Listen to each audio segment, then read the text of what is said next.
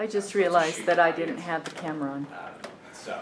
for you all. Well, you gotta read the audience. Maybe if you're down in Texas, maybe the shooters plays a little better. Yeah. Yeah, But I'll probably do that this time, but it's just something that I have to know I exactly. have to apologize to your group, I didn't have the camera on. That's right. We'll see you next. Oh, man. Right, we'll see our second one. You'll see your second. So, and there was a nice level of energy that you all shared, and that gives that sense of team, which is really good. One of the things that you can do when you're practicing together is to come up with more of a similar style of how you work off the screen, and take into consideration that if it's something big on the screen, like a big title or a big number or something like that, experiment with not pointing to it. You don't have to, usually, if it's on the screen by itself. Or if you point to it and turn to it, don't look at it again. That's the hardest thing. If you decide that you do want to make sure that they know this is the number that we're looking at, then you can look at it that long and then you don't look back at it again, because they know what you're talking about. They'll probably be listening to you as voiceover and looking at it until they get it. But really sort of be on each other about that and have the way that you're working off the screen consistent across the entire team. Can I ask actually about the clapping thing? If anybody else noticed that trend, was it like constant or? I didn't, yeah. You talk with your hands. It's not distracting by any means. But That was my second question. Was it the like talking with my hands was really distracting from it? Was it excessive? That kind of thing? Because I'm always trying to work on presentation style. Yeah, I don't think it was over the top at all. I just noticed the clapping thing because it's something that I do. Oh, okay. I've heard of it, but I've never heard of that as like as a negative during presentations. So that's what I was kind of wondering about, is like if you're going back and forth with the audience and you do that to like on a point, or you're making a point and you're using it as a sense of emphasis. Yeah, it could replace pointing at someone if you're giving them the but and I know I do it. I just never heard it as kind of a distraction or a negative before. More something just to be aware of it. Yeah. Okay. Awareness. Okay, absolutely. Thank you. But as an opening and closing speaker, your energy level is really good, and you were coming back to similar themes, and that was strong. And why don't you all set up so that while I'm giving some individual feedback here, so that we don't go over time too much. See what I've got I here. definitely tend to get carried away with the talking with my hands and like pointing, and it's too much soda. Right, so I'm just checking to see if there's anything that I have on there. There's one thing that you do, Eric, you've got this really solid fluid delivery. You, though, on some of the ideas, when you're coming to the end of the idea, your volume drops. So be aware of keeping your energy level up through the entire idea. See if there's anything else that I haven't already said. But all of you had a good pace. You were familiar with the territory. You knew what you were talking about. You were doing a pretty good job of referring to your notes without keeping your heads down too much. And as you rehearse and get familiar with the commentary, the more, of course, you can keep your head up and looking at the audience, the better. But I think everybody was aware. And you can always sharpen your eye contact in terms of making sure that you are making direct, deliberate contact with everybody who's in your audience. It's actually, interestingly enough, I think a little bit harder when there are so few people. It's easier to kind of just sweep the table rather than actually looking at people.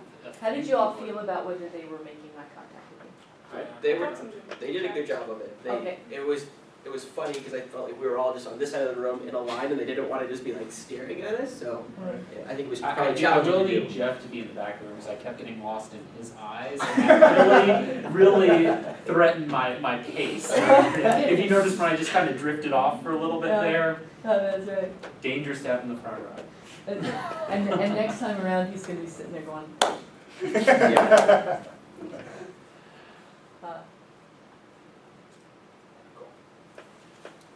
So we're on? Yeah.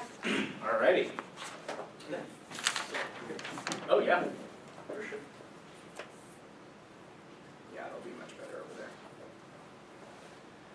Cool. Alright. Well, hello everyone. I just did it. My name is Jeff. We're Team A5. This is Jimmy, Lawrence, and Maggie. And as we were thinking about what we wanted to do for this presentation, we tried to think of something that would be relevant to all of us as Leeds MBA students. So we thought about statistics, and we thought about accounting and our job hunt, but realized that today, with it being early September, there's really one thing that's probably on all of our minds, and that's most important right now, and that is maximizing your shred for this upcoming season. So in our presentation today, we're going to go over what the best ski pass option for you guys to buy is, and specifically why you should buy the Epic Local Pass this season. So in the presentation, we've kind of divided it in 4 parts. Our first part is going over value. As MBA students, obviously we're counting the dollars, and a ski pass is a lot of Forsaken ramen.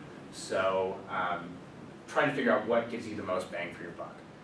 The second piece is terrain. You obviously want to have as much skiing as possible during the season with our long winter break. And so what pass is going to give you the most terrain options? Third is sort of the fun and friends component. Skiing is all about friends, it's all about fun. Which passes can provide the most fun? And finally, in the name of balance, we go over some of the possible downsides or challenges that buying either any ski pass or specifically the Epic Local will have. So diving in, we decided that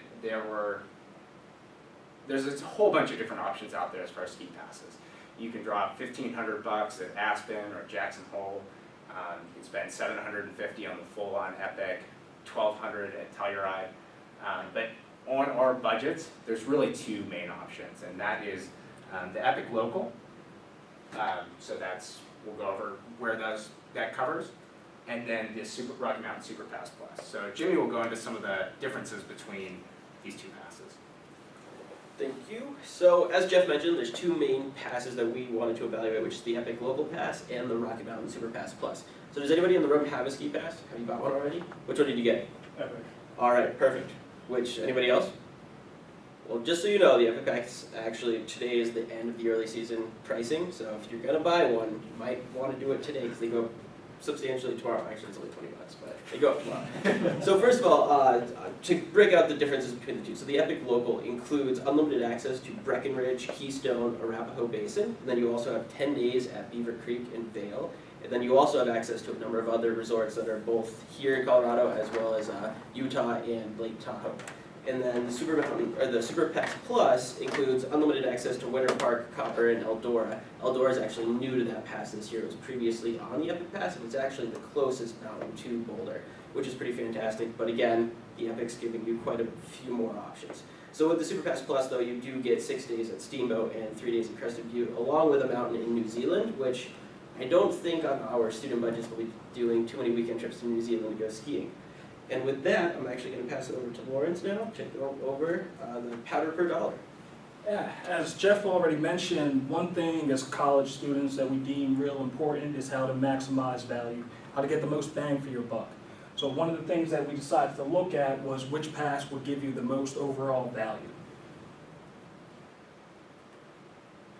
So in doing that, as you can see, although the Epic Pass is a little more expensive than the Super Pass, we deem that the Epic Pass actually brings you more bang for your buck.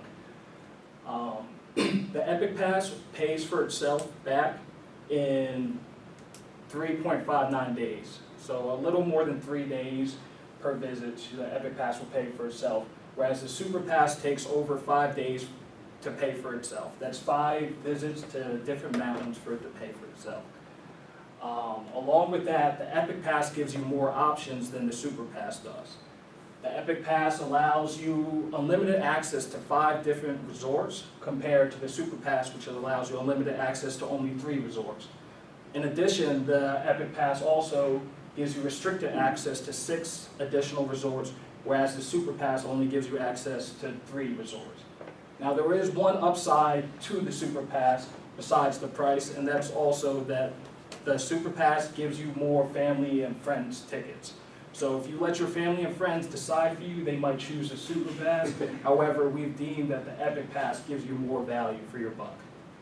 Now, along with value, another thing that a lot of skiers want to maximize is maximizing your vertical. And maximizing vertical, one of the things we decided was which pass provides the best terrain. Now, the Epic Pass actually provides you with better terrain than the Super Pass does. The Epic Pass gives you over 24,000 total skiable acres compared to the Super Pass, which only gives you a little less than 7,000. In addition, the Epic Pass gives you over 200 lifts compared to the Super Pass, which gives you just about 50 lifts. In addition to that, the Epic Pass gives you accessibility to Vail, which is one of the largest resorts in Colorado, and also the Canyons, which is the largest in Utah. And I've never skied there, but I've heard it's quite amazing. One upside of the Super Pass, though, is that the Super Pass gives you 2 options that are rated as the top resorts according to OpenSnow.com. Now I'm going to let Maggie tell you more about the Fun and Friends.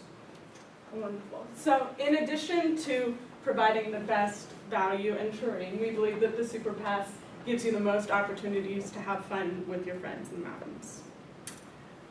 It is a clear winner in that over 300,000 Epic Passes were sold in 2012, which means that more people have that pass than any other in Colorado, and more people with the same pass means more opportunities to ski with friends.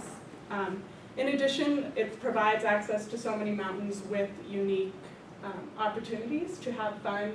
As an example, Vail and Breckenridge were voted to have the best après ski and nightlife. In addition, A Basin has some of the highest skiable terrain in Colorado, up at 13,000 feet, so it has one of the longest seasons in the state, which means that you can still be skiing and having fun in June, which is great. And just a brief survey, who you would want to ski with this year out of our group. 3 of us are thinking about getting the Epic Pass. And we do want to address the possible downsides to purchasing the Epic Pass. Although we do believe that even taking all of them into account, it is the best value and will provide the most fun for your winter.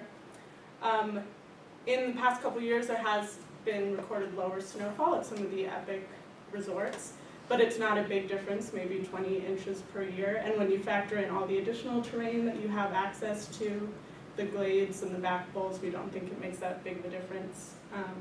There are blackout days at Vail and Beaver Creek where you can't ski there, but it doesn't mean you can't ski.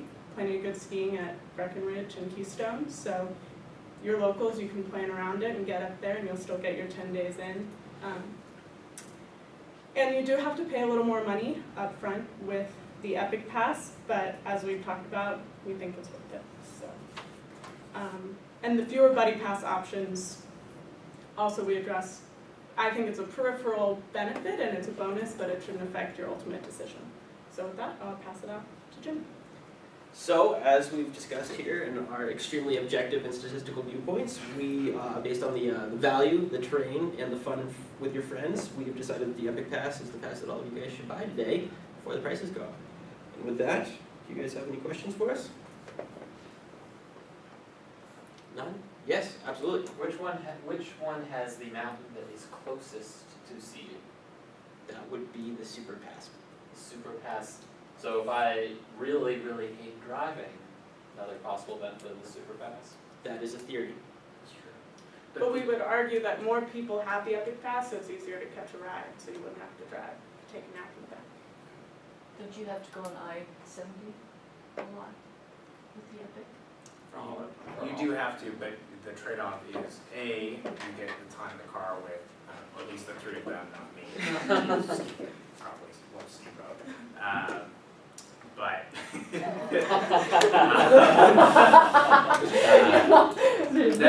That's We're gonna have a clapping battle. time with fun and friends, and it's also, you're getting access to significantly better terrain, better snow. Eldora is quaint, but And you can stay and party after and miss the traffic on the way down. exactly. Anything else? All right, thank you.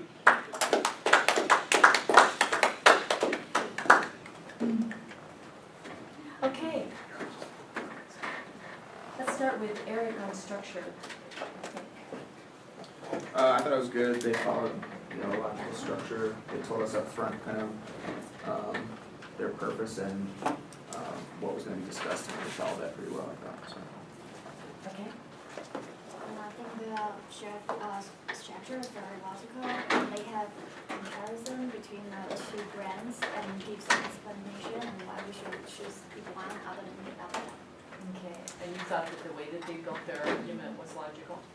Okay, right. I agree with the same stuff. It was a good intro that told us everything they were going to talk about, and then when it came to each person's turn to discuss it, followed the flow of what I was expecting. So.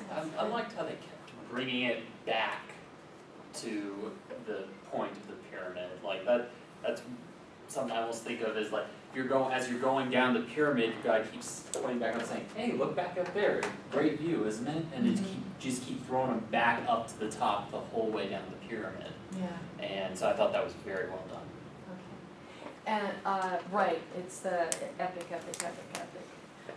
Then we'll go ahead, since you're talking, Ben, and talk to us about the slide design. The slide design was, there's no other word for it, it was fancy. The transition was, the transitions between the slides were exceptional. I'm still remembering one of them where you popped up Epic Pass and then the Super Pass. You see, I'm not even remembering the name, that's how good they did. Then the Super Pass on one screen over a picture, boom, boom, and then as it transitioned into the next screen, they were in the same place, and it just, I don't know, something about it really looked just natural. So, I'm doing it again. So I thought that the slide design was very well done, and the pictures felt very natural and present. They were always present throughout. Okay. Mark. Yeah, I'd agree. It looked like one presentation, probably much more than ours, maybe more like a little bit of piecemeal. Yeah. Like it looked like one person made, Right, a lot of design unity. especially with like the template, yeah. Yeah. Was that a regular PowerPoint template, or did you create it? When I created. Yeah, it was really nice. It was better than, the reason I wanted to ask is that it's better than any even remotely comparable PowerPoint template I've seen. So I thought it was really attractive. It had that design quality, and you see what that does for their ethos. Also gives them that sense. Okay, anything? I think their presentation with PowerPoint design is very colorful, and each brand has its unique color and with the different font color, so it's very impressive. I just want to kind of jump back to the comparisons. I thought it was good the way you guys did, side by side, kind of, because I know another way to do it I think would have been to go like, here is Epic, and then another slide, and here is the Super Pass, and I think that would have broken things up too much. If it would have been that way, I don't think I would have been able to follow it, so I'm not sure what you guys did. Yeah, that side by side. So to add one more thing, I thought it was kind of a less is more concept, where you put the points on your slides, the stuff I cared about, how much does it cost, where do I get to go, and then you just talked about all the different other things that are involved, but that's what's important to me, and that's what I saw on the screen. Yeah, that kind of visual reinforcement of the most important things. Right. So, and notice that with that particular template, they were able, when they used pictures, to fill the entire frame with a photo. or have those photos side by side so that you didn't have those white borders around the photo. And that can be a little bit hard to do if you're stretching photos or something like that because you lose some resolution. But it tends to look more like a professional design when you don't, either you have a consistent kind of white space around your photos and they fit into the same size of a frame, or you have some design frame like that that you can put your photos within. Let me ask you as an audience about, well first, I was gonna check into this and then, did you put Epic on this side and the SuperPass on that side? One of the things that you can consider is that with argument and structure, the last thing that you cover is the position that you are taking. And so it may be that you want to swap those out. So that it's that, here's the SuperPass, but look how superior. I thought their speaking structure though actually reinforced having it on the left because they were going, here's the Epic Pass, it's great, it's great, it's great. And you know, Super Pass is kind of bad. And Epic Pass, and then it was always Epic and then Super for a much shorter and kind of, here's what Super has and no it doesn't compare. Here's what Super has and no it doesn't compare. So I thought for their presentation structure, I think the left might actually have been more beneficial because they were emphasizing the product they wanted to sell and then kind of finishing with their addressing. It's like how you start with your presentation and then you finish with addressing criticisms. And in a way, the Super Pass was their criticism that they were addressing. They were presenting their pass and then addressing the critique. Presenting the pass and addressing the critique.